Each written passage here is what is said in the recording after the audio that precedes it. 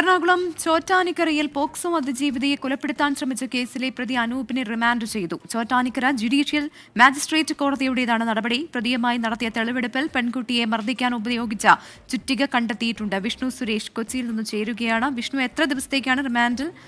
അപ്പം മറ്റു വിവരങ്ങൾ എങ്ങനെയാണ്?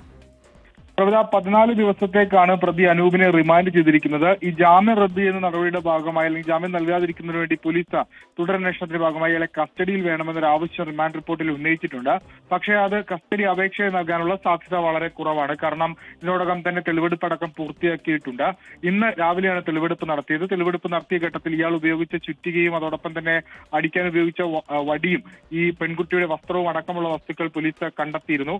മറ്റൊരാൾക്ക് ഈ പെൺകുട്ടിക്ക് മറ്റൊരാളുമായി ബന്ധമുണ്ട് എന്നതിന്റെ സംശയത്തിലാണ് അനൂപ് ഈ അതിക്രൂര മർദ്ദനം നടത്തിയത്. പരിക്കേറ്റ പെൺകുട്ടി ഇപ്പോഴും വെന്റിലേറ്ററിൽ തുടരുകയാണ്. പെൺകുട്ടിയുടെ തലച്ചോറിന്റെ പ്രവർത്തനമടക്കം കാര്യമായി തന്നെ ബാധിച്ചിട്ടുണ്ട്. നിലച്ച മട്ടിലാണുള്ളത്.